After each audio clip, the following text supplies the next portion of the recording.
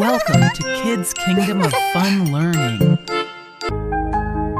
Get ready to spice up your vocabulary. Today we're diving into a fun idiom and a catchy phrase that will make you sound super cool. Let's learn how to use slay and keep it 100 in your everyday conversations.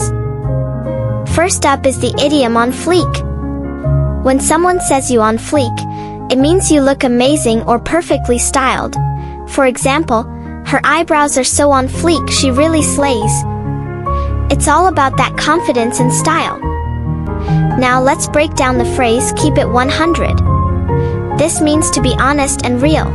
You might say, I always keep it 100 with my friends. It's all about authenticity.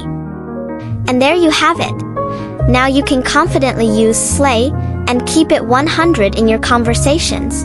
Remember, language is all about fun and connection. Keep practicing, and you'll slay every time. Please do like, share and subscribe to our channel. Stay connected and see you all soon in the next episode.